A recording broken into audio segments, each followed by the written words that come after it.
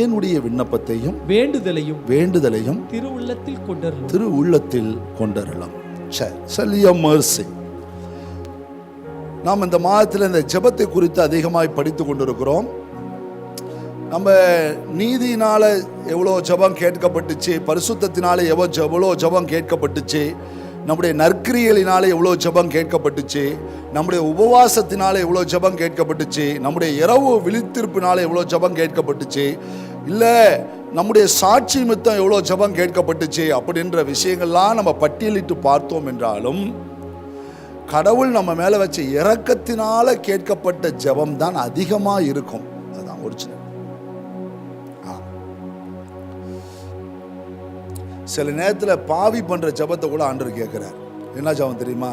பாவியாகி என் மேல் இரக்கமாயிரு. அந்த ஜெபம் அக்செப்டட். அதனால இந்த லியோ மெர்சி, இந்த கெஞ்சும் இரக்கம் அப்படின்றது தான் இன்னைக்கு நம்மளை காப்பாற்றி வச்சிருக்குது. வந்துடக்கூடாது. அதுதான் இன்னைக்கு நான் ஒரு சின்ன தலைப்போடு உங்களோடு பேச விரும்புகிறேன். நீங்க இரக்கத்தை கேட்டீங்க, அவர் அள்ளி கொடுத்தாரா கிள்ளி கொடுத்தாரா? உங்களை தான் கேட்கிறேன். ஆண்டவர்கிட்ட இரக்கத்தை கேட்டீங்க, இரக்கத்தை அள்ளி கொடுத்தாரா கிள்ளி கொடுத்தாரா? இல்லையே, ஒண்ணுக்கு நீங்க ஏதோ வாங்காத ஆள் மாதிரி உட்கார்ந்துருக்க மாதிரி இருக்கே. கோயிலில் பிரசாதம் கொடுத்தப்ப எனக்கு பொங்கல் தரல, சுண்டல் தரல அப்படின்னு சொல்ற மாதிரில இருக்குது. ஐயா, இரக்கத்தை கேட்டீங்க, ஆண்டவரே என்னை மன்னிங்கப்பா அப்படின்னு கேட்டீங்க. ஆண்டவர் இறங்கி மன்னிச்சாரா மன்னிக்கலையா? இன்னைக்கு மன்னிச்சாரா மன்னிக்கலையா? நாளைக்கு மன்னிப்பாரா மன்னிக்க மாட்டாரா? ஏன்? அள்ளி கொடுத்தார். இரக்கத்தை அள்ளி கொடுத்தார், அன்பை அள்ளி கொடுத்தார், பாசத்தை அள்ளி கொடுத்தார். யோவான் தம்முடைய நிருபத்தில் சொல்லும்போது சொல்றார், அவர் உங்களுக்கு பாராட்டின அன்பு எவ்வளவு பெரிதென்று பாருங்கள்ன்றார். அதை எபேசு சபைக்கு எழுதும்போது பவுல் சொல்றார், அவர் அன்பின் ஆழமும் நீளமும் அகலமும் உயரமும் இன்னதென்று அந்த அறிவு கட்டாத அன்பை அறிந்து கொள்ள வல்லவர்களாக மாறணுன்றார். சாதாரண ஒரு விஷயத்தை சொல்ல. அப்ப கடவுள் தன்னிடத்துல வந்த யாருக்கும் கஞ்சத்தனமா எதையும் கொடுக்கல, கொடுத்ததை சொல்லியும் காட்டல. ரெண்டாவது, கொடுத்தது எல்லாமே ஏராளம் தாராளம் அள்ளி அள்ளி கொடுத்தார். அதை அனுபவிச்சவங்க ஒரு ஆமேன்னு சொல்லுங்க. முதல்ல கூட இன்னைக்கு நான் இங்கே நிற்கிறதுக்கு காரணமே அவர் அள்ளி கொடுத்ததுனால தான். இங்கே நீங்கள் வந்து உட்கார்ந்துருக்கிறதுக்கு ஒரு காரணமே அவர் அள்ளி கொடுத்ததுனால தான். எதையும் பிசினித்தனமாக அவர் உங்களுக்கு கொடுக்கவே இல்லை. ஒரு ஆமேன்னு சொல்லுங்களேன். இப்போ எனக்கு அள்ளி அள்ளி கொடுத்ததுடைய நோக்கம் என்ன தெரியுமா? நான் கிள்ளி கிள்ளி கொடுக்கக்கூடாதுன்றதுக்கு தான்.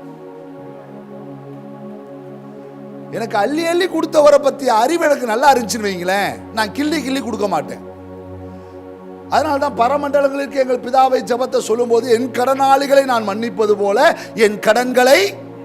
அப்ப மன்னிப்புன்றது நாங்க என்ன ரிசல்ட் கொடுக்குறோமோ அதோடைய அவுட்புட் தான் அப்புறமேட்டு வரப்போகுது.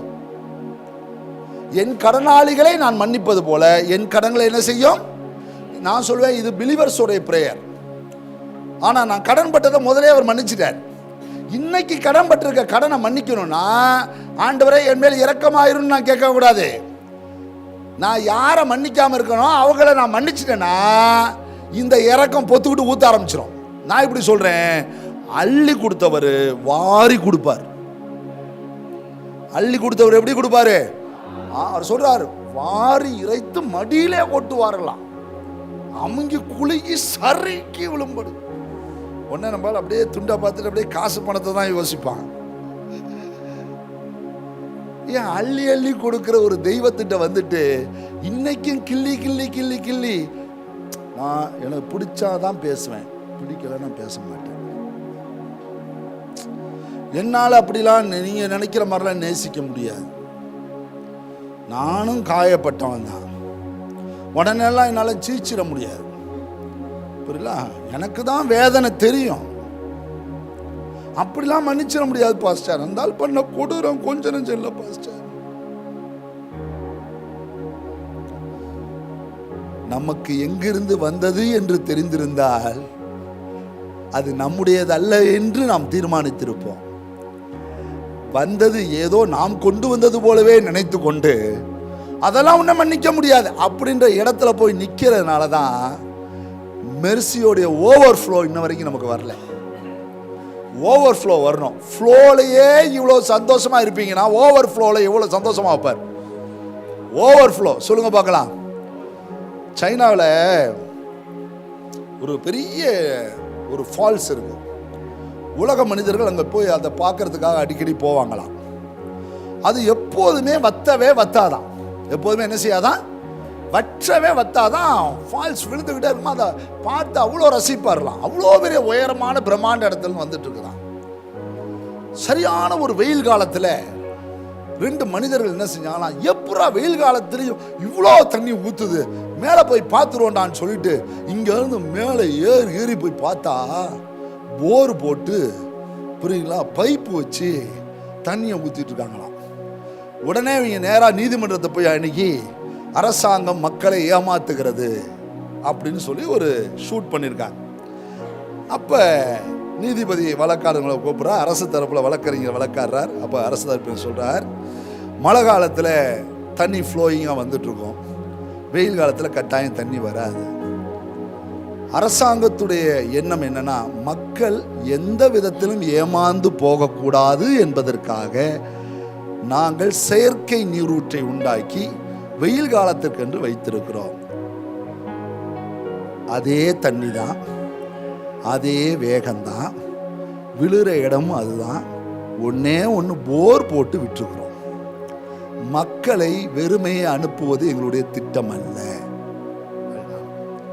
ஒரு உலகமே இப்படி இருந்துச்சுன்னா ஒரு தேவ ஜனம்னு சொல்றவங்க நம்ம எப்படி இருக்கணும் யோசிச்சு பாருங்க. உங்களுக்கு அள்ளி கொடுத்தாரா சொல்லுங்க. போய் அப்படியே மன்னிங்கப்பான்னு அழுதப்ப அவரு அந்த அழுத வேகத்தை பார்த்த அடுத்த நிமிஷம் தகப்பன் தன் பிள்ளைக்கு இறங்குகிறது போல நமக்கு இறங்கினார் அல்லவா. அங்கே ஏதாவது ஒரு வஞ்சனை ஏதாவது வச்சுக்கிட்டு பாரு இறங்குறேன், இந்த கண்டிஷன்ஸ்க்குலாம் நீ ஓகேவா அப்படின்னு ஏதாவது சொன்னாரா சொல்லுங்க. இந்த கண்டிஷன்ஸ்க்குலாம் ஓகேவா? நீ பிள்ளையா இருந்தாலும் நீ எனக்கு தூரம்தான் இருந்தாலும் நான் இது எல்லா விஷயத்தையும் உனக்கு செஞ்சிட முடியாது. இந்த உலகத்தில் சொல்ற தேவர்கள்லாம் நீ அதை செய்யி கடவுள் உன் மேல இறங்குவார்னு சொல்றாங்களே, அப்படியா இறங்கினாரு? அவருடைய இரக்கத்தை பத்தி புலம்பல் சொல்றாரு, அவர் இரக்கத்துக்கு முடிவே இல்லை. அவர் இரக்கத்துக்கு முடிவே இல்லையா?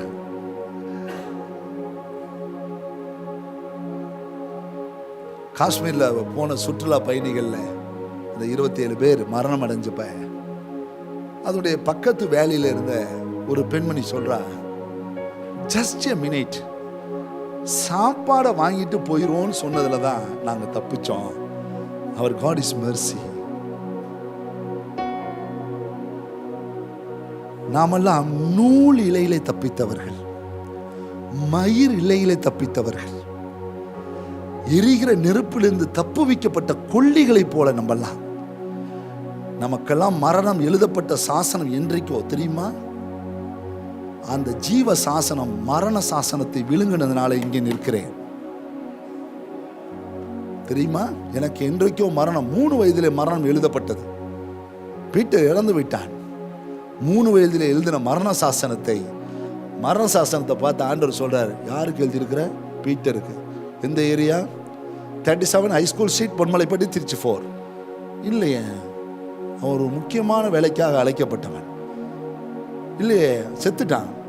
ஆளும் சாவ மாட்டான், செத்துட்டான், சாவ மாட்டான். அவன் ஜீவ சாசனத்தின்படி அவன் செய்ய வேண்டிய வேலையை முடிகிற வரைக்கும் அவன். அப்படியா? 3 நாள் கழிச்சு ஆயா அப்படின்னு முடிக்க.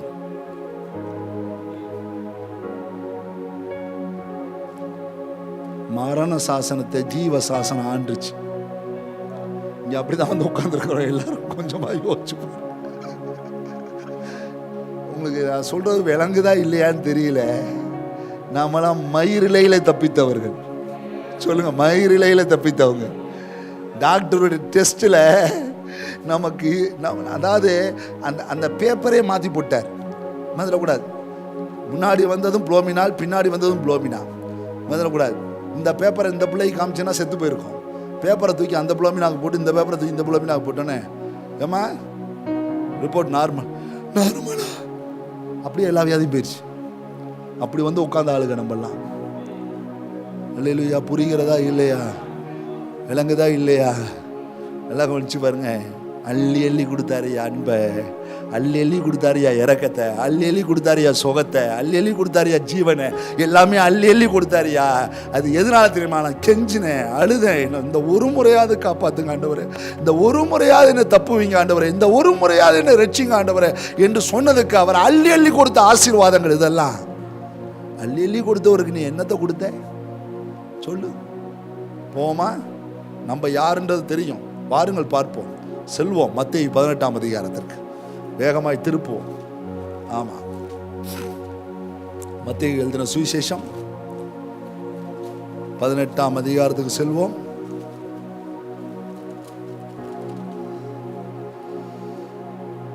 இருபத்தி 3ஆம் வசனத்திலிருந்து 34ஆம் வசனம் வரைக்கும் அழகாய் பொறுமையாய் வாசிப்போம். எப்படியெனில் பரலோக ராஜ்யம் தன் ஊழியக்காரரிடத்தில் கணக்கு பார்க்க வேண்டும் என்றிருந்த ஒரு ராஜாவுக்கு ஒப்பாயிருக்கிறது. அவன் கணக்கு பார்த்து தொடங்கின போது 10,000 தாலந்து கடன் பட்டவன் ஒருவனை அவனுக்கு முன்பாக கொண்டு வந்தார்கள். ரொம்ப ரொம்ப ஹைலியா கடன் வாங்கினாள் நம்ம தான். ரொம்ப ஹைலியா கடன் வாங்கினாள் நம்மலாம். சொல்லுங்க, ஆயத்தரம் சொல்ல மாட்டேன்றீங்களே. ரொம்ப கடன் பட்டவங்க, கடன் வாங்கினவங்க நம்ம தான், கடன் பட்டவங்க நம்ம தான். சொல்றது புரியுதா? சொல்ல மாட்டேன்றீங்களே. கடவுள்கிட்ட ரொம்ப கடன் வாங்கினவங்க நம்ம தான், கடன் பட்டவங்களும் நம்ம தான். கடன் வாங்கி கடன் பட்டவன் எப்படி இருப்பான், நம்மால் எப்படி இருக்கான்னு பார்ப்போம். படிங்க. கடனை தீர்க்க அவனுக்கு நிர்வாகம் இல்லாதபடியால் அவனுடைய ஆண்டவன் அவனையும் அவன் பெண்ஜாதி பிள்ளைகளையும் அவன் பெண்ஜாதி பிள்ளைகளையும் அவனுக்கு உண்டான எல்லாவற்றையும் விற்று கடனை தீர்க்கும்படிக்கு கட்டளை சொல்லிட்டான். எல்லாத்தையும் வித்து கடன் அடைச்சிட்டு போடா அப்படின்ட்டான். எல்லாத்தையும் வித்து கடன் அடைச்சிட்டு போயிரு அப்படின்ட்டான். ரைட். இதுதான் ஒரு அரசனுடைய அழகு. சிங்காசனத்திலே ஒரு அரசன் செய்கிற நீதி. ரைட். நீதி பெருசா இரக்கம் பெருசான்றதான் அடுத்த வசனத்துல பார்க்க போறோம். அப்பொழுது அந்த ஊழியக்காரன் தாழ விழுந்து டபக்குன்னு விழுந்துட்டாயா, டபக்குன்னு பொத்துன்னு விழுந்துட்டாயா. பிரைஸ் எல்லாம்.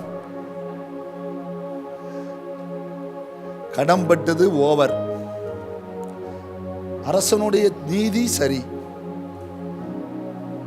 கடன் வாங்கினவன் குற்றவாளி பாவி, கடன் கொடுத்தவன் நீதிமான், நீதி செலுத்துகிறான். அதை யாரும் தட்டி கேட்க அதிகாரமே, சொல்லுங்க, தட்டி கேட்க அதிகாரமே இல்லை. அவர் நீதி செய்யறதுக்கு அவங்களுக்கு தான் இருக்கு. ஏன்னா அவன் கடன் பட்டவன், கடன் வாங்கினவன். நீதி எது வேணாலும் செலுத்துறான். அவன் குடும்பத்தோட கொண்டு வச்சு கொள்ளலாம், எது வேணாலும் செய்யலாம். அதெல்லாம் ஃபுல் ரைட்ஸ் அவங்களுக்கு இருக்கு. அதில் எந்த தடையுமே கிடையாது, எந்த மாற்றமும் கிடையாது. கடன் வாங்கினவன் கடன் பட்டவனுக்கு அடிமை. புரியல? எதுவா இருக்கட்டும். இப்ப பாருங்க, இப்ப என்ன நடக்குதுன்றத பாருங்க. தாழ விழுந்து வணங்கி நல்ல கோலம் பாருங்க. தாழ விழுந்து வணங்கி, ஆண்டவனே என்னிடத்தில் பொறுமையாயிரும். அந்த வார்த்தையை அடிச்சிரு, இரக்கமாயிரும். ஆண்டவனே, எந்த இடத்துல பொறுமையா இருக்கும்? 2 நாள் பொறுத்துங்க, 3 நாள் பொறுத்துங்க, அந்த விஷயம் இல்லை. இரக்கமாயிரும்.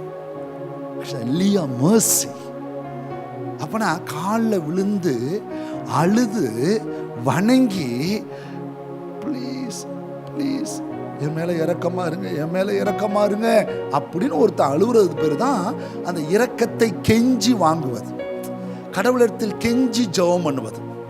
நம்ம கெஞ்சி தான். நம்மளாம் பாவிகளா இருந்தப்ப ஆண்டோடைய சமூகத்துல போய் நின்னப்ப கூட, ஆண்டவரே பாவத்தை மன்னிச்சிருவீங்கன்ட்டு வந்திருக்கிறேன், மன்னிச்சிருவீங்களா அப்படியா வந்து நின்னுன்றீங்க. ஐயோ, அழுத நாள் 1 நாளா 2 நாளா? தனியாக உட்காந்துருக்கப்பெல்லாம் அழுவ வருங்க. யாராவது பிரசங்கம் பண்ணுறப்பெல்லாம் நமக்கு பேசுகிற மாதிரியே இருக்குங்க. அப்படியே அழுவோம். சில நேரத்தில் படம் போட்டு காட்டுற மாதிரி இருக்குங்க.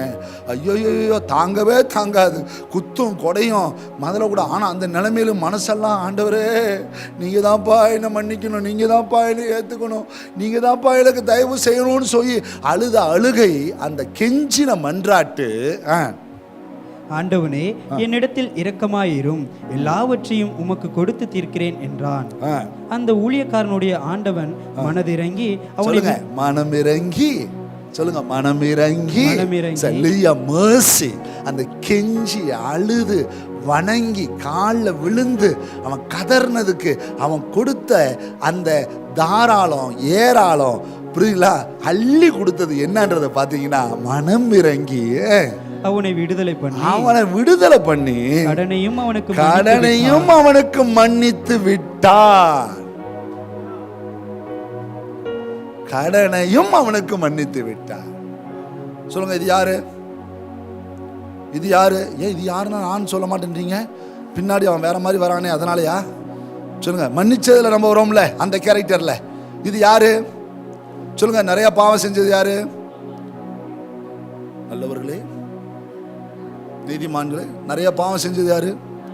இன்னைக்கு செஞ்சிட்டு இருக்கிறது யாரு? சத்தமா சொல்ல மாட்டேன்றீங்களே.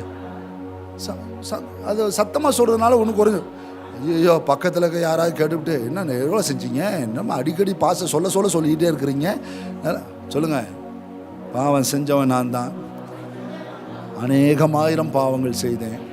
தெரிஞ்சும் செய்தேன், தெரியாமல் செஞ்சேன், சொல்லியும் செஞ்சேன், சொல்லாமையும் செஞ்சேன், வச்சு செஞ்சேன், வைக்காமையும் செஞ்சேன், அவன் திட்டமிட்டு செஞ்சேன், திட்டமிடாமல் செஞ்சேன், யதார்த்தமும் செஞ்சேன். புரியுதா? எல்லாமே செஞ்சது நான் தான். புரியல? அழுதேன், மன்றாடினேன், கதறினேன். ஒரு விஷயம் எனக்கு இறங்குங்கப்பான்னு அவர் மனம் இறங்கி என்னை விடுதலையாக்கி என்னை மன்னிச்சு விட்டார். நான் விடுதலையாக்கப்பட்டவன்.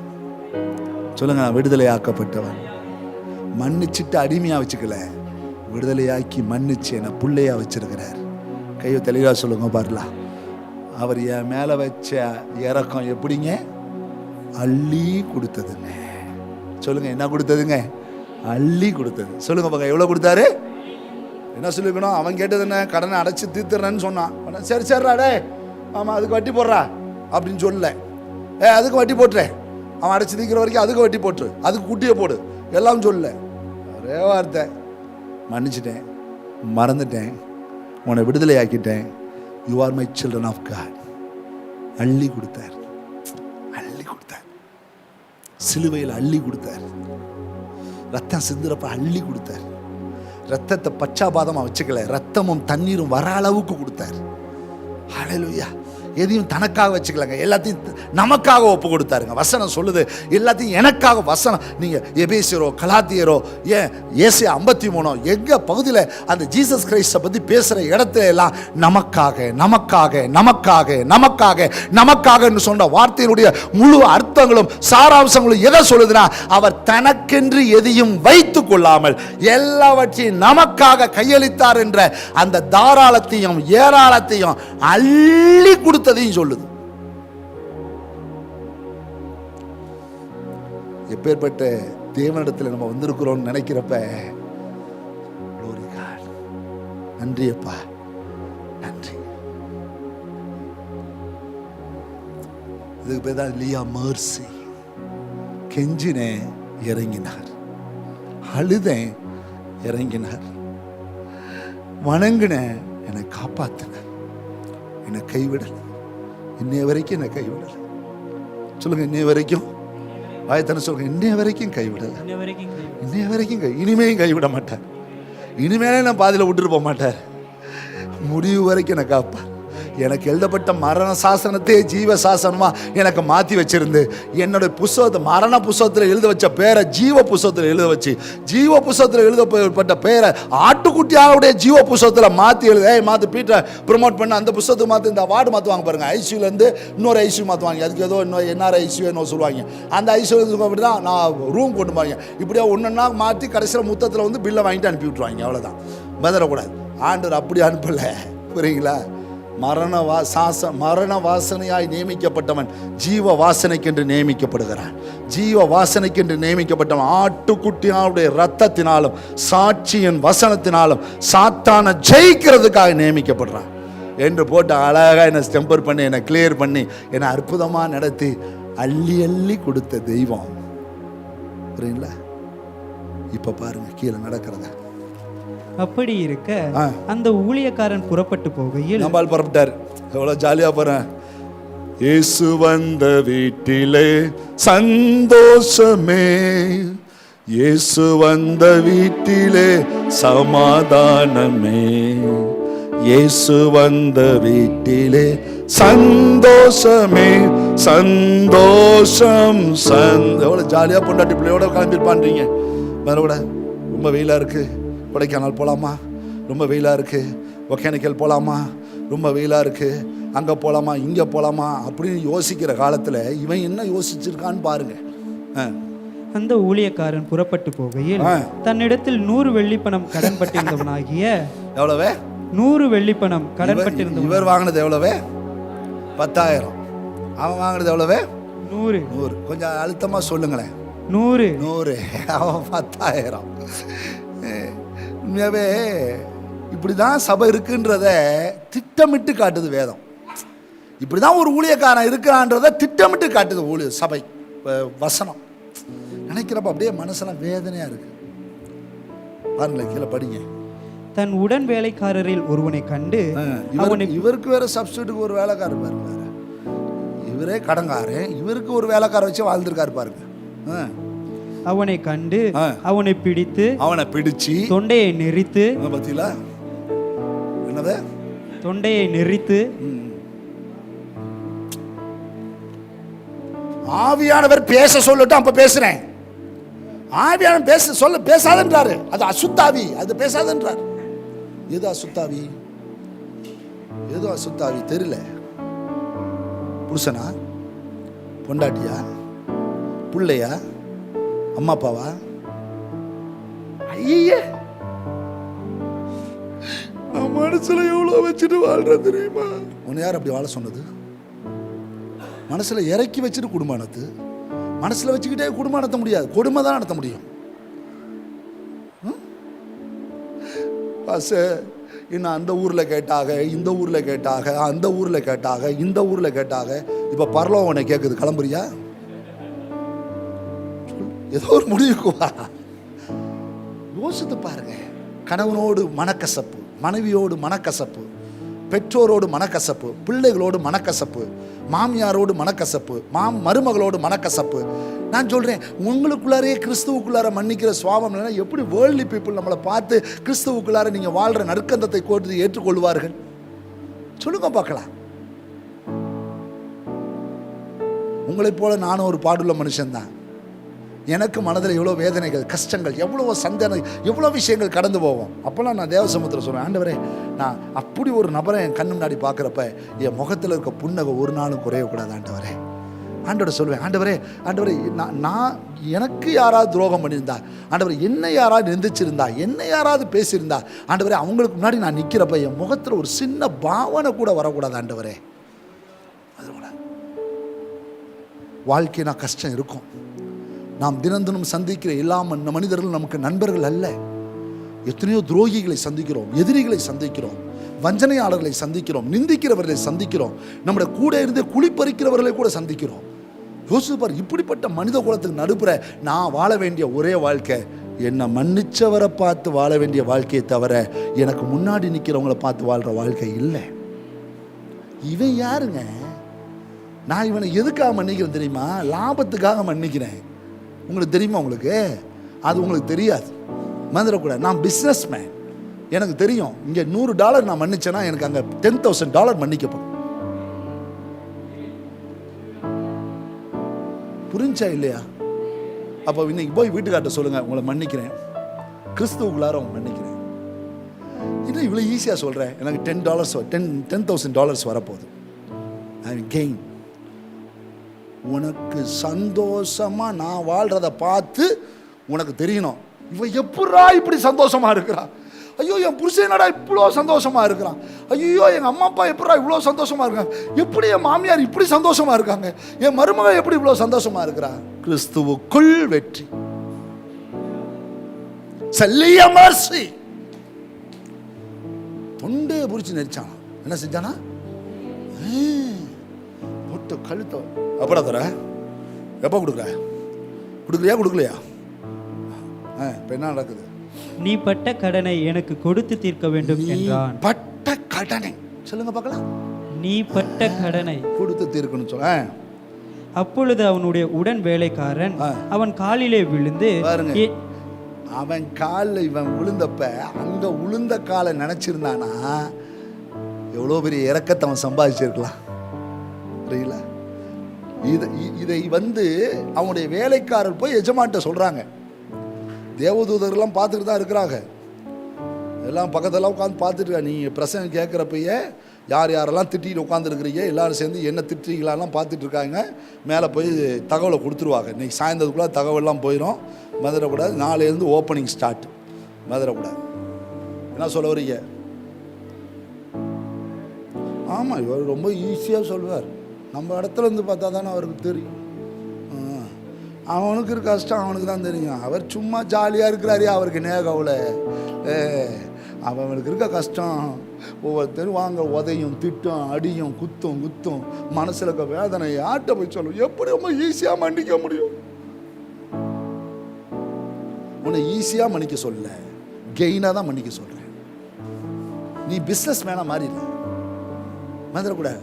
$100 மன்னிச்சிரு, $10,000 உனக்கு ரிலீஸ் ஆகிடும். மல்டி மார்க்கெட்டிங் பண்ணுறாங்க பார்த்தீங்களா? நீங்கள் $100 முதலீடு செய்யுங்கள், 10 நாளிலே உங்களுக்கு $1,00,000 வரும். 10வது நாள் என்ன? அவன் தான் காணா போயிட்டானே. யோசித்து பாருங்க, நன்றாக கவனிச்சுங்க. பாருங்க, இப்ப அடுத்த அவன் காலில் விழுவுறான், என்ன எந்த அளவுக்கு அவன் வருத்தப்படுறான்றதை பாருங்க. அவன் காலிலே விழுந்து, என்னிடத்தில் இரக்கமாயிரும், எல்லாவற்றையும் உமக்கு அடிச்சுப்பான், எல்லாவற்றையும் உமக்கு கொடுத்து தீர்க்கிறேன் என்று எல்லாவற்றையும் உமக்கு என்ன செய்றேன்? கொடுத்து. சரி. அவனோ சம்மதியாமல் போய் அவன் என்ன பண்ணல? சம்மதியாமல் போய் அவன் பட்ட கடனை கொடுத்து தீர்க்கும் அளவும் அவனை காவலில் போடுவித்தான். நடந்ததை அவனுடைய உடன் வேலைக்காரன் கண்டு மிகவும் துக்கப்பட்டு, ஏஞ்சல்ஸ்லாம் இன்னைக்கு ஜாய்ஃபுல்லா மேல பறந்து போணுமா? என்ன ஒரு மாதிரி வந்திருக்கிற பீட்டருடைய தூதனே, ரொம்ப துக்கமா இருக்குது. அதனால நல்லா தான் பேசினாரு, சொல்லிட்டார். சர்ச்சு முடிஞ்சா 2 பேர் ஒன்னும் விடமாட்டேன் தெரிஞ்சுக்க, புரியுதா? பிச்சு விடும் தெரிஞ்சுக்க அப்படின்னு சொல்லியிருந்தாரு. பிரசங்கம் கேட்ட வரைக்கும் நல்லா இருந்துச்சு. முடிச்சோன்னா ஒரு 2 பேரை திட்டினது மனசே கேட்கல. என்ன செய்யலாம்? ஒன்றும் கவலைப்படாது, ஜீவசாசனத்தை மரண சாசனமாக மாற்றிடுவோம். என்னது? ஜீவசுவாசத்தை சாசனமாக மாற்றிடுவோம். அவரால் எதையும் மாற்ற முடியும், ஆனால் அவர் மாறாதவர்.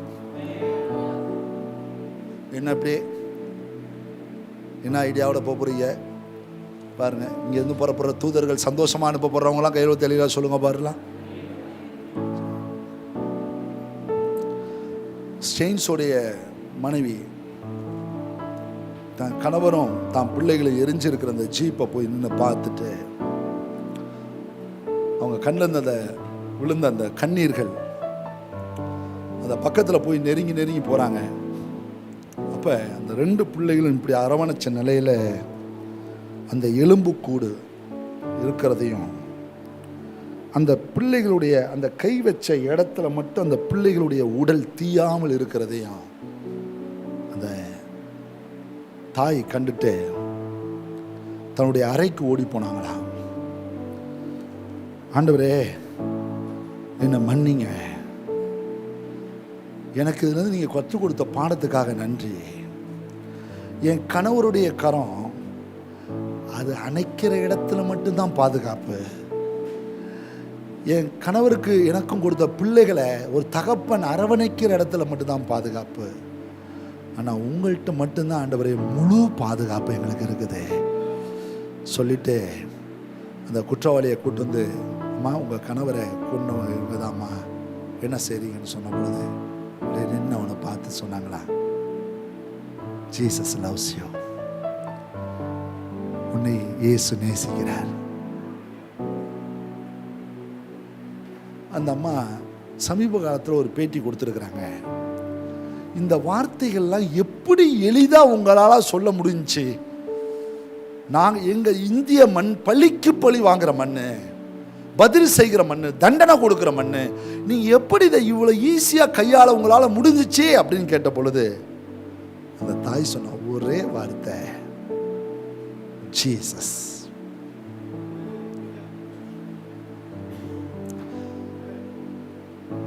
நான் ஒரு விஷயத்தை மட்டும் சொல்றேன்,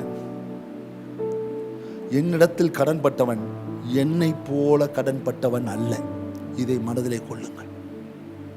அப்பொழுது நிச்சயமாய் உங்களால் அவனை மன்னிக்க முடியும். நான் 10,000 தாலந்துகள் கடன்பட்டவன், ஆனா என்னிடத்தில் கடன்பட்டவன் 100 கடன்பட்டவன் தான். என் எஜமானிடத்திலே நான் $10,000 கடன் வச்சிருக்கவன், என் இடத்தில் இருக்கிறவனுக்கு 100 கடனை மன்னிக்க எனக்கு ஏன் மனது வரவில்லை என்றால், நான் பட்ட கடனை மறந்தேன், என்னிடத்தில் பட்டு கிடக்கிறவனுடைய கடனை பெருசாய் பார்த்தேன்.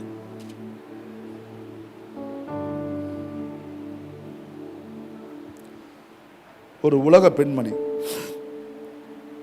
அவள் சொல்லுகிறார், என் கணவர் தினமும் குடித்து விட்டு வருவார், என்னை அடிப்பார், உதைப்பார், அவர் செய்யாதே கிடையாது, என் தலையிலிருந்துலாம் அவ்வளோ தையல் போட்டு ரத்தம் வரும், நான் அழுது கொண்டே இருப்பேன். ஒரு நாள் என்னிடத்தில் ஒரு துண்டு பிரதி கொடுக்கப்பட்டது, அதில் போட்டிருந்து இயேசு உங்களை மன்னிக்கிறார் போட்டிருந்துச்சு. நான் அதை படித்தேன். படித்த பொழுது ஏதோ நான் கடன்பட்டதோடைய நிலவுகள் தான் இதுவோ என்ற நினைப்பில் நான் ஜெபம் பண்ணேன், ஏசப்பா என்னை மன்னிங்க, என்னை மன்னிங்கன்னு அழுதேன். ஏசப்பா என்னை மன்னிச்சார், அவர் பிள்ளையா மாறினேன். என் கணவர் என்னை அடித்து கொண்டே இருந்த கணவர், முன்னெல்லாம் அழுவேன், இப்போ நான் அழுகுறதில்லை என்றதை அவர் நல்லா கவனிச்சார். என்னை நோட்டம் விட்டு கொண்டே இருந்தார். ஒரு நாள் சொன்னார், நான் இவ்வளோ அடி அடிக்கிறேனே உனக்கு வலிக்கலையா, ஏன் அழாமல் இருக்கிறேன்னு சொன்னார். அப்போ நான் சொன்னேன், நான் செஞ்ச எவ்வளோ தப்பை ஏசப்பா மன்னிச்சிருக்கிறப்ப நீ செய்கிற தப்பை நான் மன்னிக்க மாட்டேனையா. நான் செஞ்சதுக்கெல்லாம் அவர் ஒரு நாள் அழுவலையா, சிலுவையில் 6 மணி நேரம் அழுதாரியா. நான் நீ செய்கிற தப்புக்கெல்லாம் நான் ஆண்டவர்கிட்ட மன்னிப்பு கேட்டேன், நான் உன்னையும் மன்னிக்கிறேன்னு சொன்னாலாம். அந்த கணவன் அன்று முதல் குடிப்பதை விட்டு விட்டு இயேசுவை பின்பற்றுகிறவனாய் மாறினான். நன்றாக யோசிச்சு பாருங்க. மத்தேயு 5:7 சொல்லுது, இரக்கம் உள்ளவர்கள் பாக்கியவான்கள், அவர்கள் இரக்கம் பெறுவார். ஐயா, இனி இரக்கம் பரலோகத்திலிருந்து இறங்க போறதில்ல, ஓவர்ஃப்ளோ ஆக போகுது. நான் சொல்றேன், நான் எனக்கு மன்னிப்புக்காக இறங்கின இரக்கம் இனி இறங்க போறதெல்லாம் கிடையாது, ஊத்த போதும். எப்ப தெரியுமா? நான் இரக்கம் உள்ளவனா இருக்கும்போது. ஐயா, நான் அவர்கிட்ட வேணேன், எனக்கு இறங்கினார். நான் எத்தனையோ பேர் என்கிட்ட வந்து நிற்கிறான், நான் அவனுக்கு இறங்கினா மேலேருந்து ஓவர்ஃப்ளோ ஆயிரும். வாசித்து முடிப்போம். நடந்ததை அவனுடைய உடன் வேலைக்காரன் கண்டு மிகவும் துக்கப்பட்டு ஆண்டவனிடத்தில் வந்து நடந்ததை எல்லாம் அறிவித்தார்கள். அப்பொழுது அவனுடைய ஆண்டவன் அவனை அழைத்து, அனுப்ப முடியாது, இதெல்லாம் பார்த்து போய் சொல்லாத, 100 ரூபா வச்சுக்கோ அப்படிலாம் சொல்லி அனுப்ப முடியாது. அவனை அழைப்பித்து, பொல்லாத ஊழியக்காரனே, நீ என்னை வேண்டிக் கொண்டபடியினால் அந்த கடன் முழு, நீ என்னை வேண்டிக் கொண்டபடியினால், just pray. நம்ம ஜெபம் பண்ணோம், ஆண்டவர் மன்னிச்சார். நம்ம ஜெபம் பண்ணோம், ஆண்டவர் இறங்கினார். அதே போல நம்ம நோக்கி சில பேர் எதிர்பார்த்து நிற்கிறாங்க. அவங்களுடைய $100 நீங்கள் மன்னிச்சிங்கன்னா உங்களுக்கு இருக்க $10,000 உங்களுக்கு ரிலீஸ் ஆகும். திரும்பவும் சொல்கிறேன், இனி ஆண்டவர் ஃப்ளோ பண்ணுறவர் இல்லை, ஓவர் ஃப்ளோ பண்ணுறவர். மறந்துடக்கூடாது. இரக்கத்தை எனக்கு மட்டும் கொடுக்குறவர் இல்லை, தலைமுறை தலைமுறைக்கும் கொடுக்குறவர். கீழே படிங்க அப்படியே. அந்த கடன் முழுவதையும் உனக்கு மன்னித்து விட்டேன்.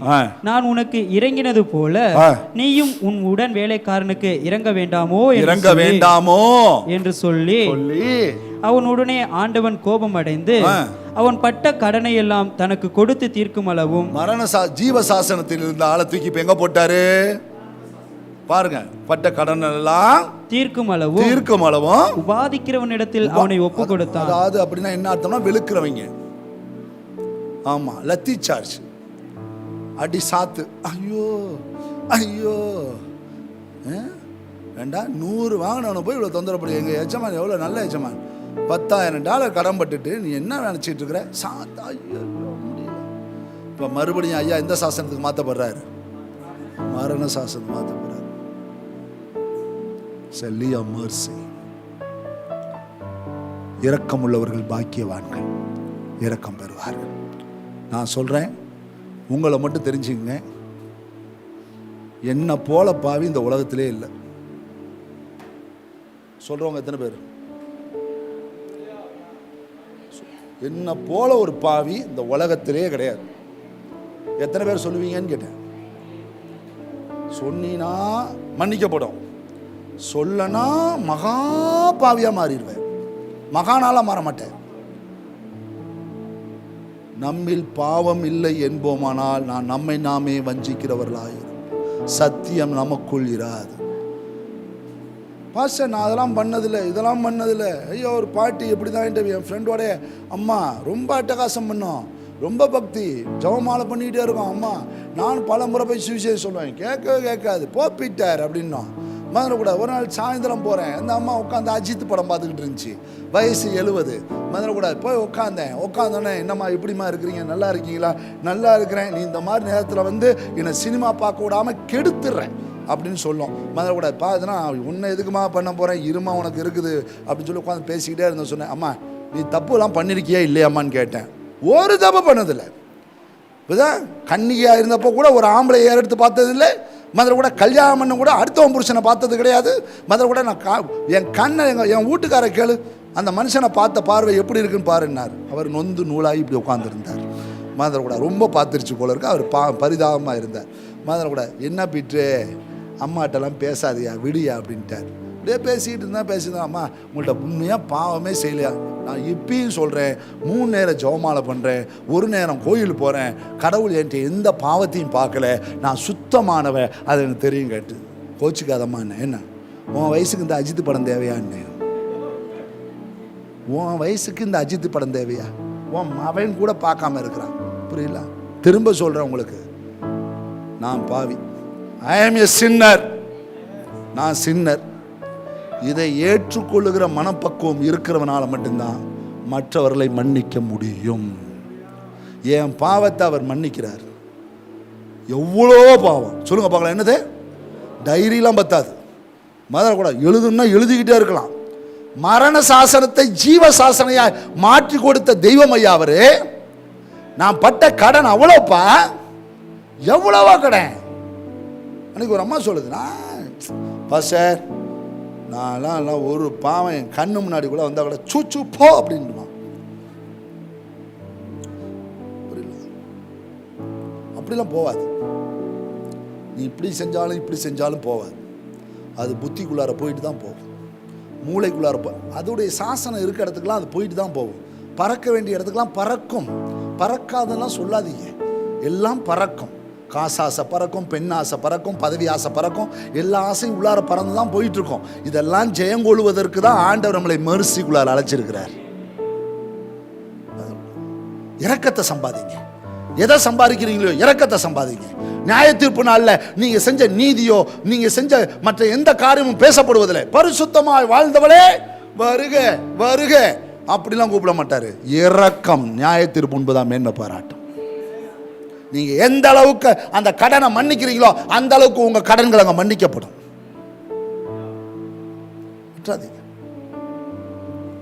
இன்னைக்கு இரக்கத்தினாலதான் பரிசுத்தமா இருக்கிறோம். அவர் இரக்கம் கிடைக்கலன்னா பரிசுத்தமா வாழலாம் நமக்கு தெரியாது. அந்த இரக்கத்தினாலதான் இன்னைக்கு நம்ம மேன்மையா இருக்கிறோம். அந்த இரக்கம் தான் இன்னைக்கு காப்பாற்றி வச்சிருக்குது. இரக்கத்தை பேணுங்கள். மனுஷனே, நன்மை இன்னதென்று அவர் உனக்கு அறிவித்திருக்கிறார். நியாயம் செய்து இரக்கத்தை சிநேகித்து உன் தேவனுக்கு உண்பதாக மனத்தாழ்மையை நடப்பதை இல்லாமல் வேற என்னத்தை கர்த்தர் உன்னிடத்தில் கேட்கிறார்? வேற என்னத்தை கேட்கிறாரு? வேற என்னத்தை கேட்கிறாரு? Loving kindness, loving mercy. அவ்வளவுதான். தப்பு பண்ணிட்டான், உன் பிள்ளை தப்பு பண்ணிருச்சு, முதல்ல கூட ஏத்துக்கிறியா இல்லையா? சொல்லு பார்க்கலாம். உன் பிள்ளை தப்பு பண்ணிருச்சு, என்ன செய்யற? 2 திட்டு 4 அடி அடிக்கிற. அதெல்லாம் உன்னுடைய உரிமை. இறக்கத்தில் பெல்ட்டும் கழட்டலாம், அதுவும் செய்யலாம், அதெல்லாம் உங்கள் விருப்பம். எங்கள் அப்பாலாம் முதல்ல அடிப்பார், அப்புறம் தான் பேசுவார். முதல்ல கூட வீட்டில் கம்ப்ளைண்ட் ஷூட் ஆகி எஃப்ஐஆர் ஃபைல் பண்ணிடுச்சு. எங்கள் அம்மா தான் எஃப்ஐஆர் இருக்குது, எங்கள் அம்மா தான் 8 எஃப்ஐஆர் ஃபைல் பண்ணியாச்சுன்னா நுழைஞ்ச உடனே எங்கள் அப்பா எஸ் ஆனர் அப்படின்வாங்க. என்ன இந்த பையன் சரி பண்ண மாட்டேன்றான், புரியல, பொழுதுனைக்கு விளாண்டுக்கிட்டே இருக்கான், படிக்க மாட்டேன்றான். அவர் கழட்டுவார், பெல்ட் அப்படியே கழட்டுவார், ஒரே சாத்து 2 சாத்து கூட சாத்திட்டு தான் போய் உட்காருவார். சாப்பிட நாங்கள் படுத்துருந்தோம்னா, பிள்ளைக்கு சாப்பாடு போடுறீ மொழ, தம்பி எந்திரா சாப்பிட்றா, அடிச்சுட்டு சாப்பாடு சாப்பிட சொல்லுவார். இந்த உலக தகப்பனை இப்படி இந்த பரம தகப்பன் எப்படி இருப்பார்? அப்பாட்ட அடி வாங்குறது பற்றி தான் கவலைப்படாதீங்க. நேற்று முந்தானத்தை எங்கேயோ சொன்னேன் நினைக்கிறேன். ஆமாம், தேவனால் தண்டிக்கப்படுகிற மனுஷன் பாக்கியவான். அதனால கூட உலகத்தில் நம்ம சொல்கிறோம், பேரு பெற்றோர், சமாதானம் என்கிற ஒரு பேர் பெற்றோர் எல்லாம் சொல்கிறோம்ல, இதை மட்டும் சொல்ல மாட்டோம். தேவனுடைய கையில் அடி வாங்குகிற மனுஷன் பாக்கியவான். மேக்ஸ் வாதியார் கையில் அடி வாங்கினவன் பாக்கியவான். எஸ்ஜாபி வாதியார் கையில் அடி வாங்கினவன் பாக்கியவான். தமிழ் வாதியார் கையில் கொட்டு வாங்கினவன் கொட்டு நொறுக்குன்னு போடுவார் பாருங்க. அந்த லாவை சொல்ல தெரியுதா? லா சொல்லு, லா லா புல்லுன்னு மறுபடியும். நான் எவ்வளோ அழகா அந்த நாக்கை உள்ளார வச்சு சொல்கிறேன். தமிழை கெடுக்கிறியடா கெடுக்கிறியடா என்னவார். தேவனால் தண்டிக்கப்படுற மனுஷன். நான் சொன்னேன், மர்சி, ஆண்டவர் என் மேலே மர்சி வச்சிருக்கிறார். என் பாவத்துக்காக அவர் தண்டனையை வாங்கிட்டார். தண்டனையை வாங்கிட்டு எனக்கு நீதியாகிய இரக்கத்தை வெளிப்படுத்தி இருக்கிறார். இன்னைக்கு அவர் இரக்கம் தான் என்னை வாழ வச்சுட்டு இருக்குது. அழுதேன், கெஞ்சினேன், இன்னைக்கு காப்பாற்றி வச்சிருக்கிறார். இன்னைக்கு நான் காப்பாற்றப்பட்டவன். சொல்லுங்க பார்க்கலாம். காப்பாத்துறதுக்கு ஒரு கேறு இருந்தாலும் என்னை காப்பாற்றி வச்சது அவர் தான். போங்க பாஸ்டர், செத்தா கூட மன்னிக்க மாட்டேன். செத்தோன்னு மன்னிக்க முடியாது, அந்த பாக்கியம் கிடைக்காது. பாஸ்டர் எனக்கு துரோகம் பண்ணவும் பாஸ்டர். நான் சொல்லட்டுமா? நான் சொன்னேன் என்றால் அதிர்ச்சியான தகவல். எங்களுடைய ஒரு சபையிலே ஒரு ஆண் குடும்பத்தோடு வந்து கொண்டிருந்தார். அவர் சபையில் இருக்கிற, சபைக்கு வரத்துக்கு முன்னாடி இருந்த அந்த பெண்ணை படிக்கிற காலங்களிலே கற்பழித்தவர். அந்த பெண்ணை சின்னாபின்னமாக்கினவர். யோசித்து பாருங்க, சின்னாபின்னமாக்கப்பட்டவர் அவர். இவர் ரட்சிக்கப்பட்டார், ஆண்டவரை ஏற்றுக்கொண்டார், குடும்பம் வர ஆரம்பிச்சார். அந்த பெண் அந்த சபைக்குள்ளே நுழைகிறாள். அந்த சபையுள்ளார அந்த மனிதன் முக்கியமான மனிதனாய் நிற்கிறார். அதை பார்த்த உடனே அந்த பெண்ணால ஏற்றுக்கொள்ளவே முடியல. ஆராதனை முடிந்தவுடனே வீடு போகிறாள், அழுகிறாள், புலம்புறாள். ஐயோ, எதற்காக அந்த மனுஷனை என் கண்ணில் நான் பார்த்தேன், என்னால முடியலையே. அவனுடைய காய வடுவுகள் என் மனசுல கிடக்குது, என்னால முடியல, என் வாழ்க்கையை சின்னாபின்னமாக்கினானே. அந்த பிள்ளை அழுகிறாள். ஊழியக்காரர் அந்த பெண்ணுடைய வீட்டுக்கு போகிறார், சந்திக்கிறார். ஏமா வரல? இல்லை பாஸ்டர், மனசு சரியில்லை. என்னன்னு சொல்லுங்க. பாஸ்டர், சம்பவம் இதான் பாஸ்டர். ஊழியக்காரரே மனவேதனைப்படுறார். 10 நாள் ஆனது, 15 நாள் ஆனது. அந்த மனிதன் அந்த பெண் வீட்டை தேடி போகிறார். அங்கே போய் அந்த பெண்ணுடைய காலில் விழுகிறார். மகளே, நான் குடிவெறியிலே உன்னுடைய வாழ்க்கையை சீரழிச்சிட்டேன், என்னை மன்னிச்சிட. ஏசப்பாட்ட நான் வந்து இன்னைக்கு நல்ல மனுஷனாக இருக்கிறேன். உன் வாழ்க்கையை ஆண்டவர் நிச்சயமாக நன்மையை நிரப்புவார். ஆண்டவர் எனக்கு எவ்வளவோ தண்டனை கொடுத்துட்டாரு, என்னை மன்னிச்சுன்னு அழுதாராம். அப்போ அந்த பெண் அவரை பார்த்து சொன்ன முதல் வார்த்தை, அண்ணே எந்திரிங்கண்ணே, அண்ணே எந்திரிங்கண்ணே, நீங்க ஆண்டோடைய பிள்ளைண்ணே, நான் அவருடைய பிள்ளைண்ணே. என்ன தெய்வம் மன்னிச்சது போல உங்களையும் மன்னிச்சிருக்காருண்ணே. 2 பேரும் ஒரே சபைக்குள்ளதான் இருக்கிறாங்க. சாத்தியமா? சாத்தியமா? திரும்பி 1 செகண்ட் கேட்குறேன், சாத்தியமா? உங்கள் கடனை மட்டும் நீங்கள் பார்த்துட்டீங்கன்னா, உங்கள்கிட்ட கடன் பட்டவங்க எப்படி கடன் பட்டிருந்தாலும், எந்த விதத்தில் கடன் பட்டாலும் உங்களால் மன்னிக்க முடியும். முடியும். செயின்ஸால முடியும், மத தெரசாவால முடியும், அவங்களால முடியும், இவங்களால முடியும், இயேசுவால தாங்க அதெல்லாம் முடியும். என்னால் முடியும். ஏன்னா அவர் எனக்கு இறங்கின இறக்கம் கொஞ்சம் நெஞ்சம் இல்லை. கார்மேகத்தை போல சூழ்ந்திருந்த என் பாவத்தை என்னை விட்டு விலக்கினார். எனக்கு முன்னாடி இருந்த பாவத்தை தூக்கி முதுகு பின்னாடி போட்டார். என் பாவம் சிவப்பா இருந்ததை பஞ்ச போல வெண்மையாக்கினார். என் பாவத்தை ஆழ்கடல்ல தூக்கி போட்டு, ஆண்டவரே 10 வருஷத்துக்கு முன்னாடி இந்த திருட்டு பையனா இருந்தேன் ஆண்டவரே. யார் எனக்கு திருடன் பீட்டர் தெரியாது, எனக்கு இப்ப இருக்கிற பீட்டர் தான் தெரியும் அப்படின்னு இடத்துல என்னை வச்சார். பார்த்தீங்களா? அந்த இரக்கத்தை உண்மையாக நான் அறிஞ்சிருந்தேன்னா, எனக்கு முன்னாடி ஜுஜுபி கடன் பட்டவன்லாம் ஏமாத்திரம் பிஸ்னஸ் மேனாக மாறிடுங்க. $100 மன்னிங்க, $10,000 ரிலீஸ் ஆகும். அல்லேலூயா சொல்லுங்க பார்க்கலாம். ஆமாம், அந்தோனிக்கு சொன்னால் புரியும். ஆமாம், அந்தோனி இப்போ பூரா மைண்டு பூரா அதில் தான் இருக்குது, மதுரைக்கூட. அதனால் $100 மன்னிச்சிரு, உனக்கு ஆண்டவர் $10,000 ரிலீஸ் பண்ணிடுவார். புரிஞ்சா இல்லையா? புரிஞ்சா இல்லையா? சில சொல்லுது ஒன்றுமே வழங்க மாட்டேங்குது, என்னென்னவோ சொல்கிறாரு. ஸோ என் ஆத்துமா எப்போ சொல்லுவீங்க? அது மட்டும் எங்களுக்கு தெரியவா தெரியும். ப்ளீஸ் ஸ்டாண்டப், எழுந்திருப்போம். பிறர் குற்றம் மன்னித்தோம், ஆதலால் எங்கள் குறைகளை மன்னியோமே. பிறர் குற்றம் மன்னித்தோம், ஆதலால் எங்கள் குறைகளை மன்னியோமே. குறைகளை மன்னியோமே. அப்பா பிதாவே, அப்பா பிதாவே, அப்பா அப்பா பிதாவே, அப்பா அப்பா பிதாவே, அப்பா பிதாவே, அப்பா. இறங்குமையா மனம், இறங்குமையா, இறங்குமையா தகப்பனே, இறங்குமையா மனம், இறங்குமையா, இறங்குமையா, இறங்குமையா. நான் இப்பயும் சொல்லட்டுமா? சில நேரத்தில் மனசில் ஒரு ஏதோ ஒரு விசனமாக இருக்குது பார்த்தீங்களா? யாரையோ மன்னிக்காதது போல ஏதோ நமக்கு சில விஷயங்கள் தடைப்பட்ட மாதிரியே இருக்கும் பாருங்களேன். ஏதோ தடையாகவே இருக்கிற மாதிரி இருக்கும். ஒரு ஃப்ரீனஸ் இருக்காது. ஜெபிக்கிற நேரத்தில் இருக்க ஃப்ரீனஸ் சும்மா இருக்கிற நேரத்தில் இருக்காது பாருங்களேன். நல்லா ஜெபிக்கும் போது நம்மளை மறந்துடுவோம், தேவனோட உறவு வச்சுருப்போம். ஆனால் சில நேரத்தில் யாரையாவது பார்த்தா நம்ம முகநாடி மாறும். அவங்கள ஏண்டா பார்த்தோம் அப்படிலாம் தோணும். அதுலேருந்து ஆண்டவர் டெலிவரன்ஸ் கொடுக்கணும்னு விரும்புகிறார். ரொம்ப முக்கியம். we are all the children of God. நமக்கு இந்த உலகத்தில் எதிரின்னு யாரும் கிடையாது. பிசாசை தவிர யாரும் எதிரி கிடையாது. நம்ம எல்லாருமே நேசிக்கப்படத்தக்கவர்கள் தான். we are all the children of God. நம்ம கிறிஸ்துவுடைய குள்ளார இருக்கிற ஒரு தெய்வீக பிள்ளைகள் நம்ம. ஏன் நான் பெரிய பாவிங்க, பவுல் சொல்கிறாருங்க, அவ்வளோ பெரிய பிரதான அப்போஸ்தலன் சொல்கிறார், நான் பாவிகள்லேயே பிரதான பாவி, எனக்கு அவர் இறங்கினார்ன்றாரு.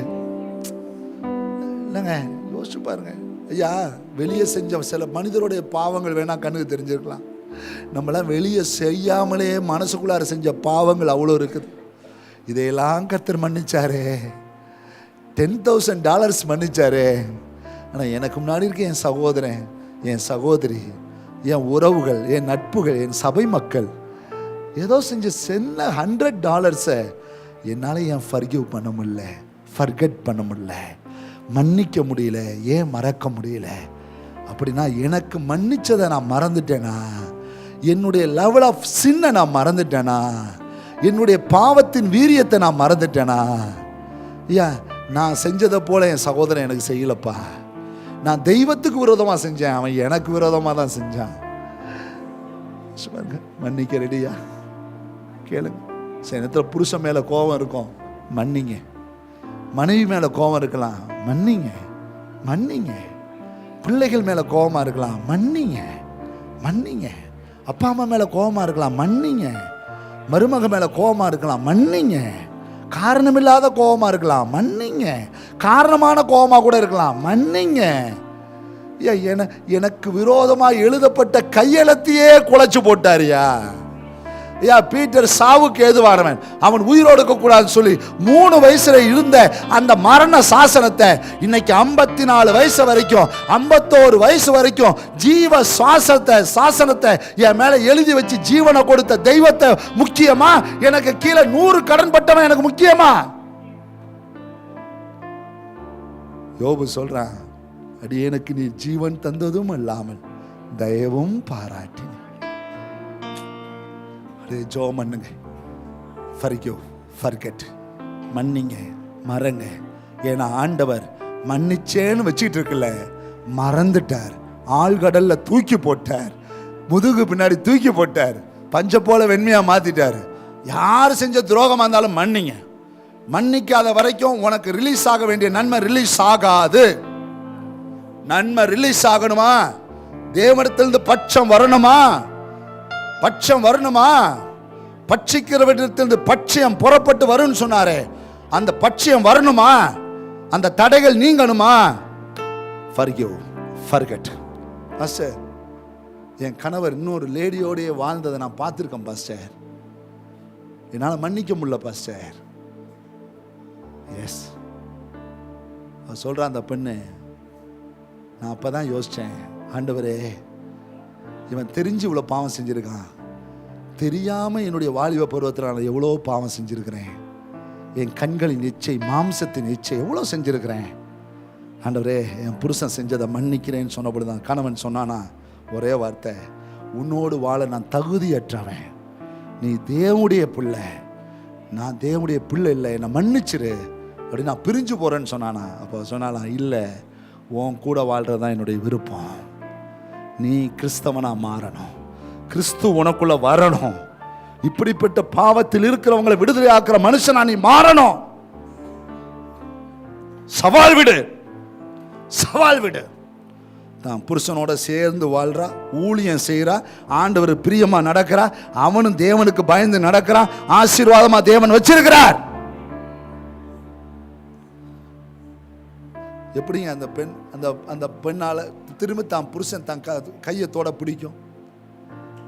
ஆனா 2 பேரும் கை கோத்தே வாழ்றாங்க. ஏன்னா அவளுக்கு தெரியும் தான் பட்ட கடை எவ்வளோன்னு, தான் புருஷன் பட்ட கடை எவ்வளோன்னு தெரியும். கையை வைத்து ஜெபம் பண்ணுங்க. இறங்குமையா மனம் இறங்குமையா, இறங்குப்பா, மன்னிக்கிற இருதயத்தை எனக்கு கொடுங்கப்பா. இறங்குமையா பழிக்கு பழி வாங்கும் பகைமை ஒழிய வேண்டும், பழிக்கு பழி வாங்கும் பகைமை ஒழிய, மன்னிக்கும் மனப்பான்மை சபைகளில் பெருக வேண்டும், மன்னிக்கும் மனப்பான்மை குடும்பத்தில் பெருக வேண்டும். இறங்குமையா மனம் இறங்குமையா, இறங்குமையா மனம் இறங்குமையா. கட்டிப்பிடித்தேன் உந்தன் பாதத்தை, கண்ணீரால் நனைக்கிறேன் கர்த்தாவே, மன்னிங்கப்பா. கட்டிப்பிடித்தேன் உந்தன் பாதத்தை, கண்ணீரால் நனைக்கிறேன் கர்த்தாவே. ஜெபம் பண்ணுங்க, ஜெபம் பண்ணுங்க. ஒரு மெசேஜா எடுத்துக்காம லைஃப்ல நமக்கு இன்னைக்கு நடக்கிற ஒரு எடிஃபிகேஷனா எடுத்துக்கங்க. Not message, it's a edification. ஆண்டவர் ஒரு புத்துயிரை நமக்குள்ளே கொடுக்க விரும்புகிறார். ஃபேமிலிக்குள்ளே ஒரு ரிகான்சிலேஷன் நடக்கணும். தனிப்பட்ட வாழ்க்கையில் ஒரு ரிகான்சிலேஷன் நடக்கணும். தேவனோடு நமக்குள்ள ஒரு ரிகான்சிலேஷன் நடக்கணும். ஆவியானவர் விரும்புகிறார். ஊழியக்காரனாய் என்கிட்ட விரும்புகிறார், உங்கள்கிட்ட விரும்புகிறார், உங்களோட பேசிகிட்டு இருக்கிறாரு. போ உன் சகோதரனோட போய் ஒப்புரவாகுன்னு சொல்கிறாரு, உன் சகோதரியோட போய் ஒப்புரவாகுன்னு சொல்கிறாரு. உன் காதி செவித்தலையாக நிற்க வேணாம், ரிகான்சிலேஷனை உருவாக்கு. எங்கள் அண்ணன் சரியில்லை, என் தம்பி சரியில்லைன்னு சொல்லாத. அவங்க சரியில்லை, நீ சரிதானே, யூ ஆர் கரெக்ட், கோ போ. அவங்க எப்படி வேணாலும் இருக்கட்டும், நீ போ.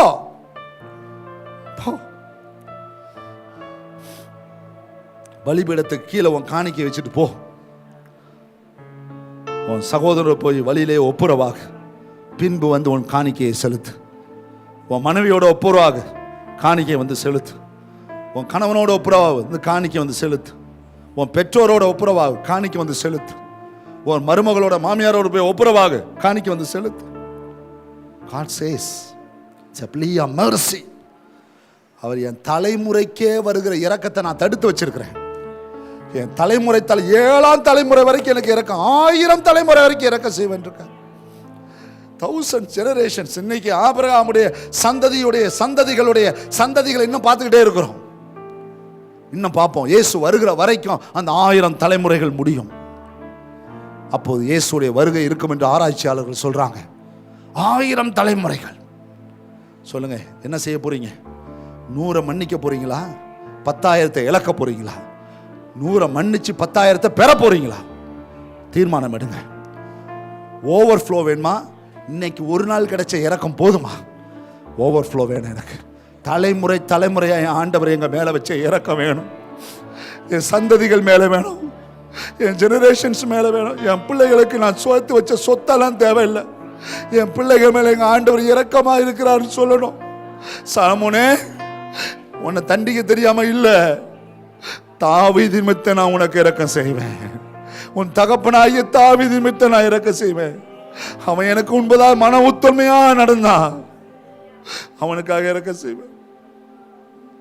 நான் அந்த இரக்கத்தை வாங்கிட்டேன்னா என் பிள்ளைகள் தவறு செஞ்சாலே ஆண்டவர் திருத்தி கொண்டு வந்துருவாரு.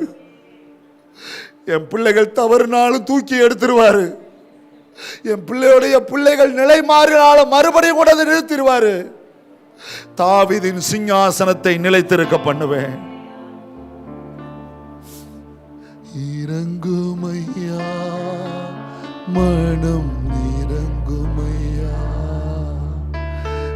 இறங்குமையா மனம் இறங்குமையா. தகப்பனே, இந்த ஏப்ரல் மாதத்தில் இந்த ஜெப நாட்களில் ஆண்டவரே வேண்டிக் கொள்ளுகிறோம், கெஞ்சி வேண்டுகிறோம்.